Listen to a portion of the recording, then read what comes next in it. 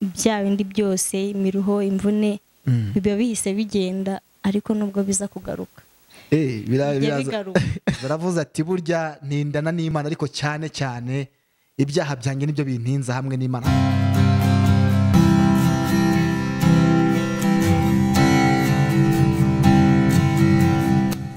Tubahaye ikaze n'ikiganiro In Worship, ni Mediator niyo nizera mukiri kumwe. Turacyari kumwe na Rebecca ndetse na Emmanuel. Reka twinjire muri uyu mwanya, twongeye dufata umwanya wo kuririmba, twongeye twumva uko tumererwa. Nawe ahuri, niba ari igitabo cy'indirimbo wagifata, cyangwa se niba ari aho ujya ubasha gusomera, no muri telefone abenshi mugiramo ibi bitabo mu buryo bworoshye ko kuba twabana tukaririmba. Ni indirimbo ya 218 banyongoreye yuko bagiye kudufasha kuririmba, nanjye simpejwe, murabyumva yuko ntabura kuririmbaho. Tubahaye ikaze mu kiganiro, twazamuka niyo ndirimbo.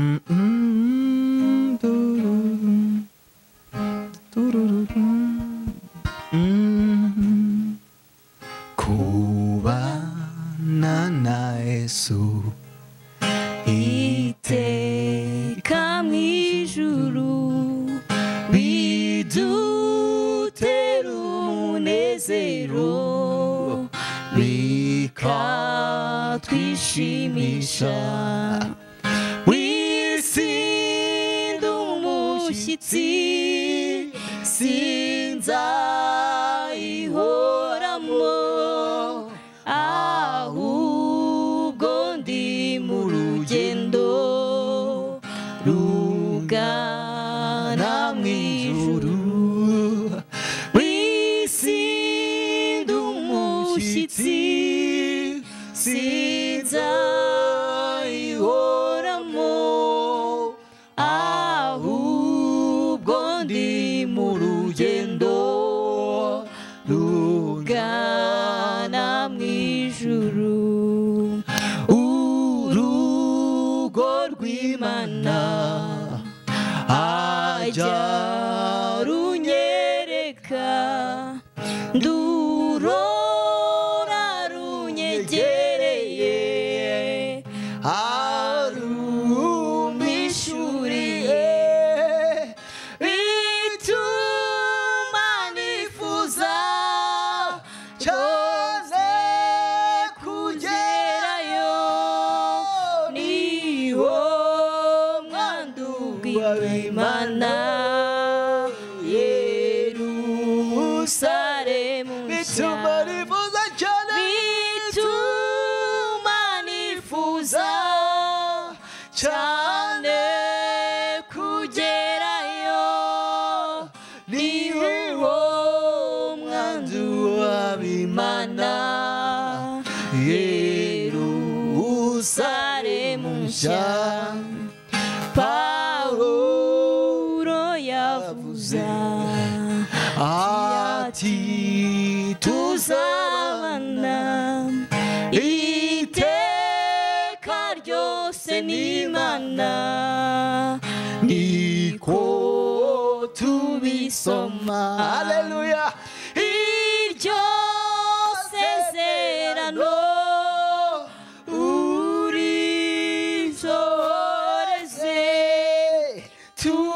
tubane no muri isi uhora undengera. Iryo sezerano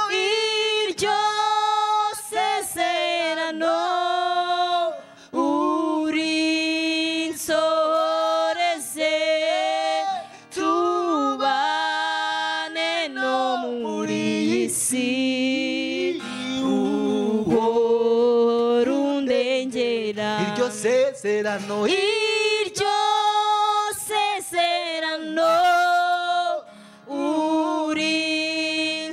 urinsoreze tubane no muri isi uhora undengera. Nugenza utyo mwami, Haleluya, umwuka nuwera urupfu mukiza aho batagipfa niho nzakumenya ukuri mukiza niratira imbere yawe ko tuzahorana nibwo nzakumenya ukuri mukiza niratira imbere yawe ko tuzahorana nibwo nzakumenya ukunzi mukiza niratira imbere yawe ko tuzahorana nungenza utyo mwami umwuka n'uwera urupfu ruzanyinjiza aho batagipfa nibwo nzakumenya ukunzi mukiza niratira imbere yawe ko tuzahorana niratire imbere yawe ko tuzahorana niratira imbere yawe ko tuzahorana niratire imbere yawe ko tuzahorana niratire imbere yawe ko tuzahorana. Amen. Rebeka, iyo uririmbye indirimbo nk'iyi ngiyi wumva umerewe ute? Mba numva nguwe neza, bya bindi byose imiruho imvune biba bihise bigenda, ariko nubwo biza kugaruka biraza. Uravuze ngo biragenda iyo uri kuririmba ariko bikongera bikagaruka. Hanyuma utekereje kuri ino ndirimbo ugatekereza nuko kugenda bigaruka, wumvamo kindi cy'igishyashya? Bituma nizera ko hari umunsi bizagenda bigiye, bikagenda bigiye. Pawulo ngo yavuze ngo iki ati? Muri no muririmbyi yavuze ngo Pawulo yavuze ngo iki? Pawulo yaravuze ngo tuzabana iteka ryose n'Imana. Ngo niko tubisoma. Arangije banga iryo sezerano urinsohoreze mukiza. Amen. Ngo tubane no muri iyi si rwose uhora undengera. Se nawe ujye ubasha gusenga ngo ubwire Imana ikurengerere cyane pe? Yego. Ubikora mu hari mugenzi wacu ukora ikiganiro cyiza cyane cyitwa Blessed Hour hano ku Cyerekezo TV. Yari amaze iminsi ari kutwigisha mu buryo bwo gusenga, ibihe byo gusenga. Mugani ko kuvuga ari ugutaruka. Rebeka, wowe ibihe byawe byo gusenga biba bimeze bite? Ibihe byanjye byo gusenga, yego, hari mbere na mbere ngiye ndizera.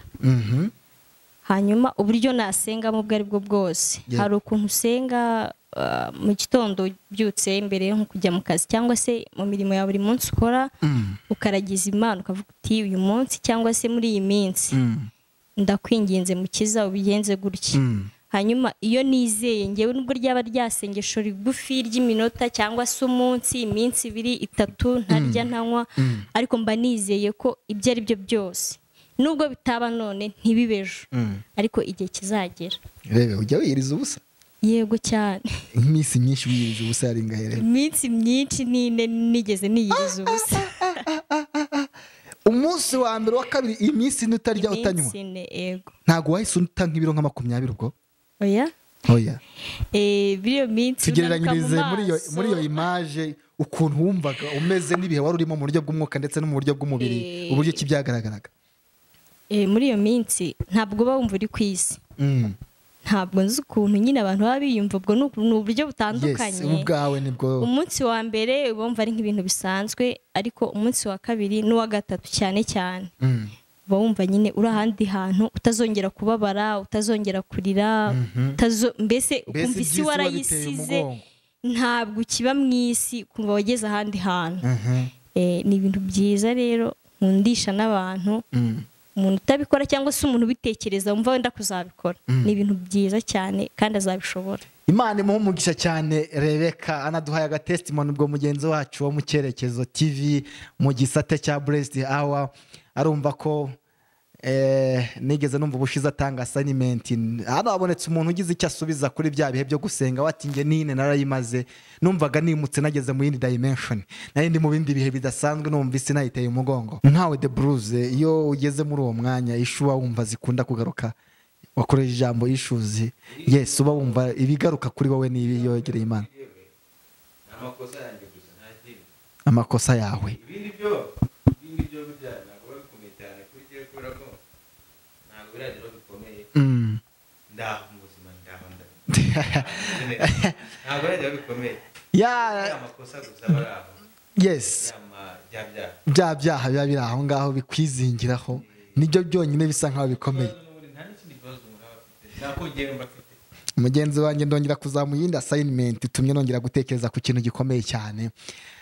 The Bruce man warabivuze, aravuze ati burya ntindana n'Imana, ariko cyane cyane ibyaha byanjye nibyo bintinza hamwe n'Imana.